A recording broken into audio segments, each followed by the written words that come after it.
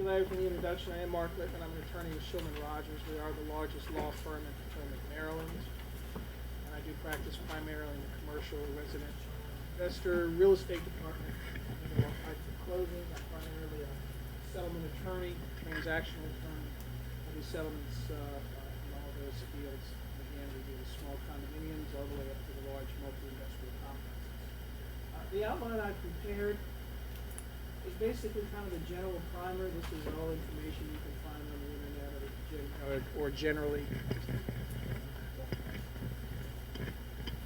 generally. I've tried to make it pretty general here. Some of the stuff is a little more technical than what we're actually going to need here. So really what I'm going to do is kind of tailor this to the situation here. I think most people in REIS, or most people who come to these meetings, are primarily interested in three things. They might want to invest and buy single family homes, have people rent them and live in them. Sometimes they'll buy a duplex or a small apartment complex and look to modify, rehab those, and rent those out. And sometimes they might have small commercial strip centers, or possibly commercial doctor's offices, condominiums, things like that. So the outline does contain some information about tax stuff and also talks about employers and employee kind of stuff. But generally speaking, you're just going to create some type of entity that's going to hold your real estate. You're really not necessarily concerned with a business enterprise. If you have your own business that employs people, generally it's not going to be the same business entity that holds your real estate. So I'm going to kind of stick to that. We'll do big questions and answers at the end, but if you have any questions about something I'm going over at the time, feel free to go ahead and do this. The outline sort of speaks for itself. It's a fairly easy read. So I'm just going to kind of go through it and hit some of the highlights here that are outlined. When you start a new business, there are basically 5 kinds of entities. And again, we're talking about how you want to hold real estate in this particular situation. I haven't talked about joint ventures or anything like that because really it's not applicable for this. Really what you have is 5 entities. You have sole proprietorships, general partnerships, corporations, both S and C, limited liability companies, and limited partnerships. And generally in REIS, what we recommend is you assemble a team. In some of your networking groups like B&I, they call them your strategic partners or your strategic referral people. And typically when you involve real estate, you want to have a good commercial realtor. Also, if you're looking for those single family homes, a good residential realtor is also very helpful in finding those kind of things. You want to have a good mortgage person who can help you finance both your commercial properties as well as the residential properties. And generally you want to have a good tax person, CPA, that can help you with the tax stuff. And since you're doing this to make money, you probably want to have a good financial advisor and a financial planner that you can keep some of that money as you get older and make more, and buy and sell and invest and make your millions. So you want to have that strategic partnership. And generally I've found the best way to do that is referrals by people you know. Someone who has done a great job for somebody that you know, let them know, tell them about them, and that's the way you build your strategic networks. I've also found that networking is extremely important. You can meet a lot of good people, just happen to run into them, and all of a sudden those kind of people you develop those strategic partnerships with. You can do them at places like this. You can do them at a third Tuesday up at Clyde's in Rockville. You can do them any place. Social networking or business networking, either way. But get around, meet as many people as you can, because you never know when you're going to run across that deal or run across that client or investor or somebody like that who's going to help you out in life that you wouldn't even think about. So get out there and market yourself, market your business, and just network.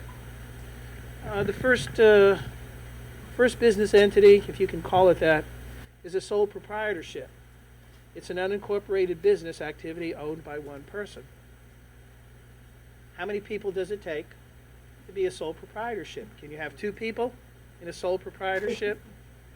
You laugh, but I'm a serious question. I can't tell you how many people said, yeah, I want to do a sole proprietorship. Well, how many people you got? Well, I got me and my brother and my sister. Well, let's see, okay. Sole means one.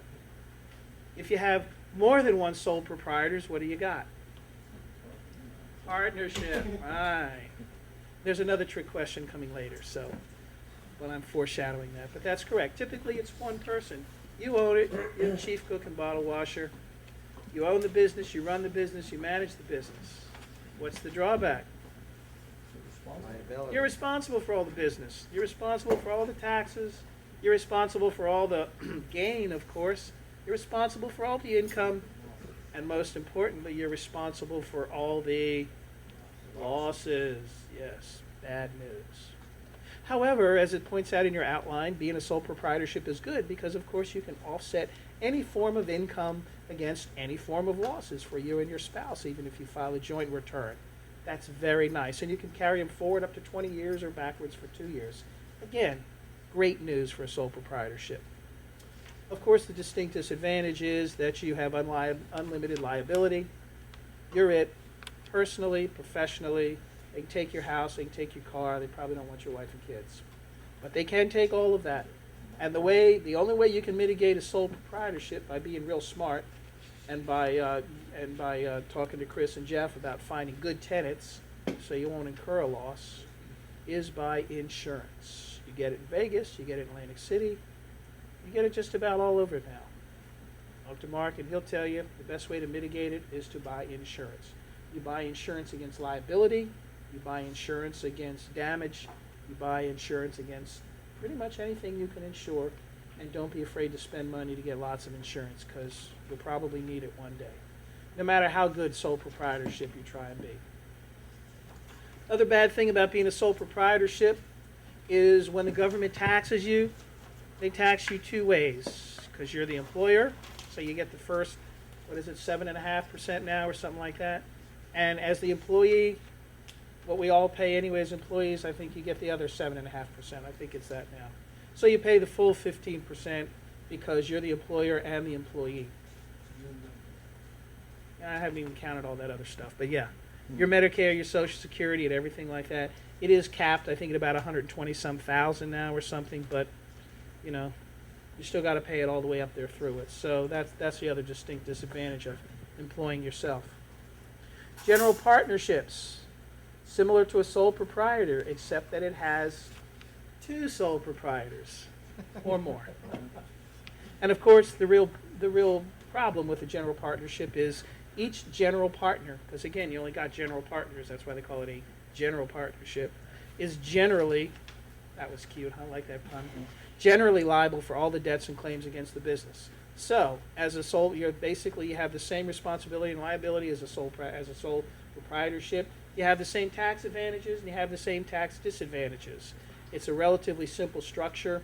In a lot of jurisdictions, you don't even need an agreement, a written agreement. You just have an agreement between the two of us. That's all you really need, and you call yourself, Mark and Mark Partnership, and you're good. It's always good to have a written partnership because, of course, some partners don't always agree. And even when they have a written partnership, they don't always agree. So it's always good to have it in writing anyway. So if you have to hire some lawyer, at least they know what you intended. Distinct disadvantages, unlimited personal liability, we talked about. Oh, and by the way, when your wife says, we're going to this dinner, and then she comes home and tells you, honey, we're going to this dinner with our friends, and you say, I didn't say we were going. You're going to that dinner. Well, same thing with your general partner. When he says, yeah, John, we got that contract, sure, I'll sign it. Yeah, $100,000 is great. I know we only got $20,000, but $100,000 is good. We'll make it up. Well, your partner's just pledged your butt for $100,000. So general partners can commit the general partnership to contracts and contractually make them liable. Hey, Lori. Even though you might not have agreed to it, you can actually bind your partner and bind the partnership. And the bad thing is you're liable for all of it, just like on a joint debt. Not just liable for $50,000, you can be liable for the whole $100,000.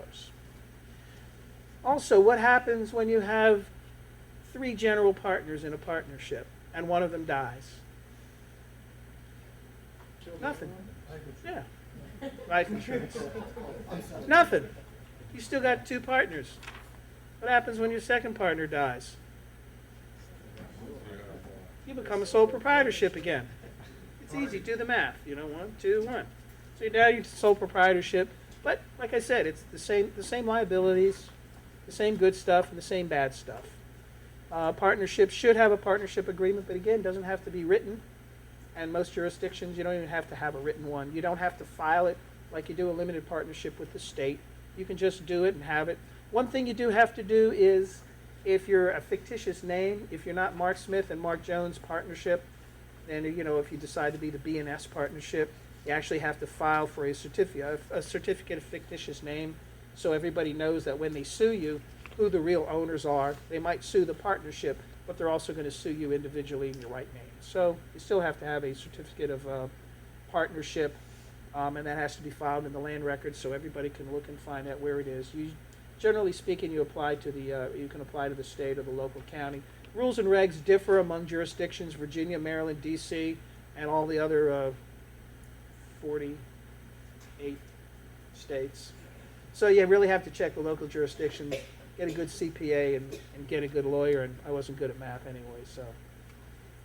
And in most jurisdictions, you do need tax numbers and registrations for the general partnership. You at least have to register with the IRS because you're going to use that for income, even though your income's going to be proportioned out and divided out, however you all want to do it.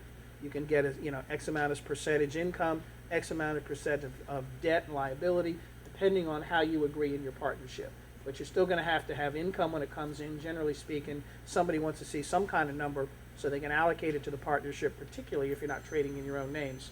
And then as long as you don't claim more than 100%, and of course you don't have to declare more than 100%, you'll be good with the state and the IRS.